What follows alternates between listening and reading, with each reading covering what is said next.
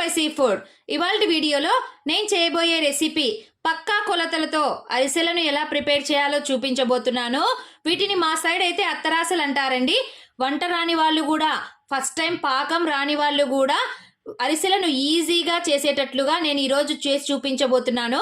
వీడియోని ఎక్కడా స్కిప్ చేయకుండా లాస్ట్ వరకు చూడండి. నా వీడియో నచ్చినట్లయితే ఒక లైక్ చేయడం మాత్రం మర్చిపోవద్దండి. ఇంకా ఎవరైనా నా ఛానల్ను సబ్స్క్రైబ్ చేసుకొని వాళ్ళుంటే తప్పకుండా సబ్స్క్రైబ్ చేసుకోండి.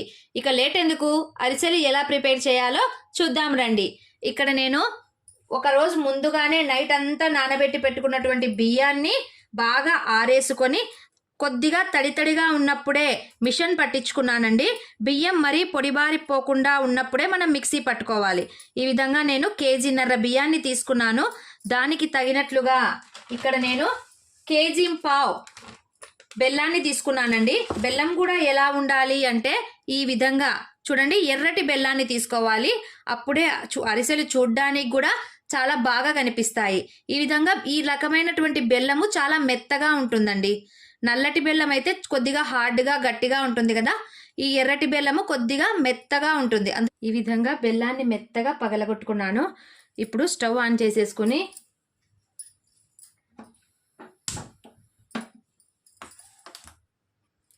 ఈ బెల్లాన్ని అంతా ఒక గిన్నెలోనికి వేసేసుకుంటున్నాను.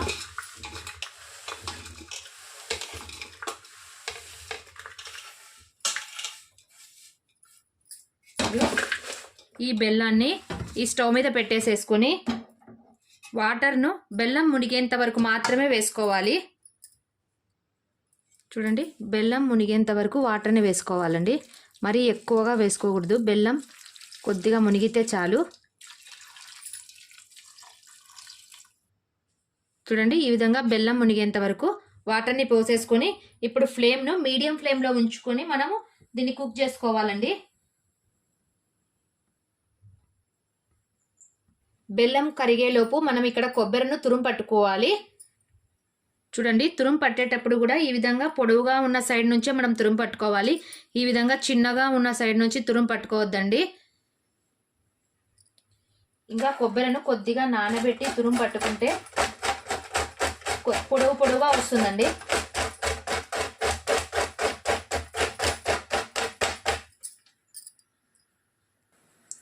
బెల్లం కరగడం స్టార్ట్ అయిపోయింది. చూడండి, ఈ విధంగా చిన్నగా కలుపుకుంటూ లేత తీగ పాగం వచ్చేంత వరకు బెల్లాన్ని ఈ విధంగానే మీడియం ఫ్లేమ్లోనే ఉడికించుకోవాలి. ప్రతి 5 నిమిషాలకు ఒకసారి ఈ విధంగా పాకాన్ని కలుపుతూనే మనము కలుపుతూనే ఉండాలి. ఈ విధంగా బబుల్స్ రావడం స్టార్ట్ అయ్యింది అంటే మనకు పాకం వచ్చినట్లేనండి. చూడండి, ఇంకొక 2-3 నిమిషాలు అలాగే కలుపుతూ పాకాన్ని రెడీ చేసుకోవాలి.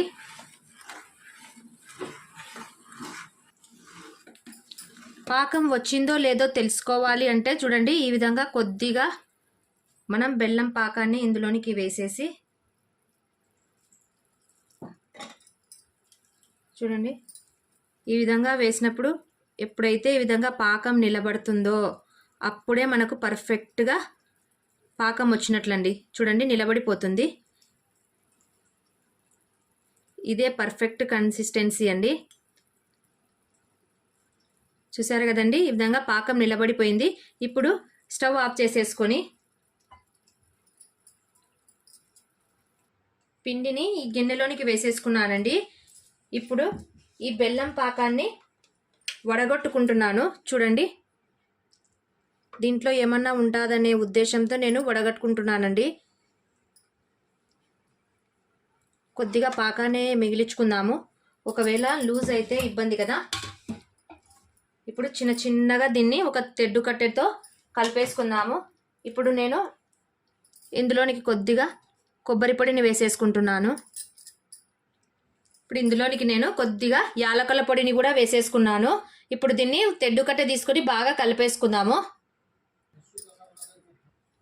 పిండి ఇంకాస్త గట్టిగా ఉంది కాబట్టి నేను మిగిలించుకున్నటువంటి పాకాన్ని కూడా ఇందులోనికి వేసేసుకుంటున్నాను.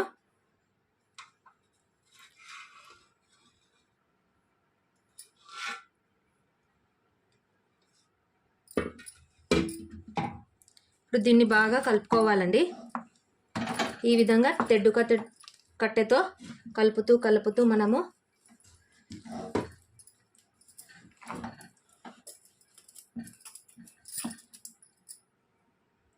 చూడండి బాగా కలిపిన తర్వాత పాకము పిండి రెండు ఈ విధంగా కలిసిపోయాయి. పర్ఫెక్ట్గా వచ్చేసిందండి. మరీ లూజ్గా లేకుండా టైట్గా లేకుండా బాగా వచ్చేసింది. ఇప్పుడు దీన్ని ఒక రోజంతా అలాగే మగ్గడం కోసం వదిలేద్దాము. మరుసటి రోజుకి చాలా గట్టి పడుతుందండి. మనం అరిసెలు వెంటనే చేసుకోము కదా, 1-2 రోజులు మనము మగ్గిన తర్వాతనే మనం అరిసెలు చేసుకుంటాము. మళ్ళీ నెక్స్ట్ డే చూద్దామండి. ఒక తర్వాత చూస్తే అరిసెల పాకం చూడండి ఎంత సాఫ్ట్గా వచ్చేసిందో. చూడండి ఎంత స్మూత్గా ఉందో. ఇప్పుడు మనము కొద్దిగా పిండిని తీసుకొని అరిసెలను వేసేసుకుందాము. ఇప్పుడు నేను పాకాన్ని కొద్దిగా ఈ బౌల్లోనికి తీసేసుకుంటున్నాను.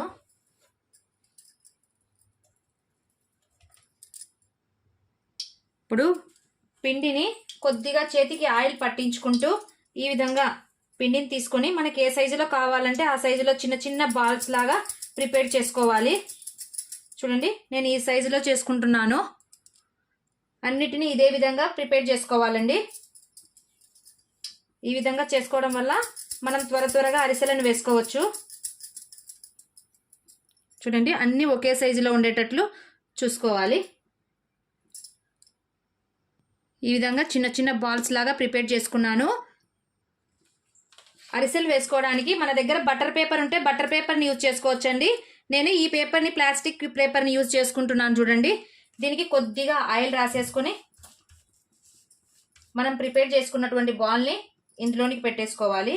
ఇప్పుడు కొద్దిగా ఆయిల్ని ఈ విధంగా వేసుకుంటూ కొద్దిగా ఇలాగా తట్టుకుంటూ మనము అరిసెని ప్రిపేర్ చేసుకోవాలండి.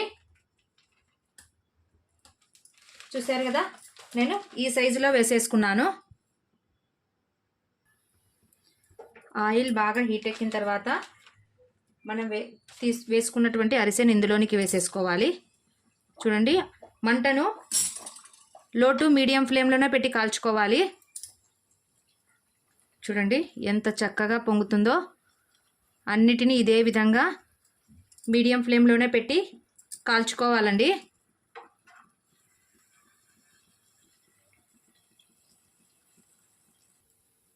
చూడండి తీసేసాక ఎక్కువ ఆయిల్ పీల్చుకోకుండా ఈ విధంగా ప్రెస్ చేసుకోవాలి.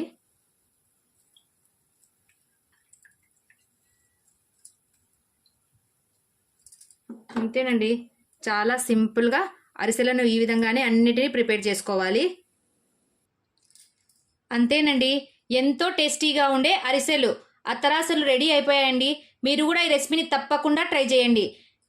నా వీడియో నచ్చినట్లయితే లైక్ చేయండి, మీ ఫ్రెండ్స్ అండ్ రిలేటివ్స్కి షేర్ చేయండి. మరిన్ని సింపుల్ అండ్ టేస్టీ రెసిపీస్ కోసం నా ఛానల్ను సబ్స్క్రైబ్ చేసుకోవడం మాత్రం మర్చిపోవద్దండి. Thank you for watching. Take care. Bye.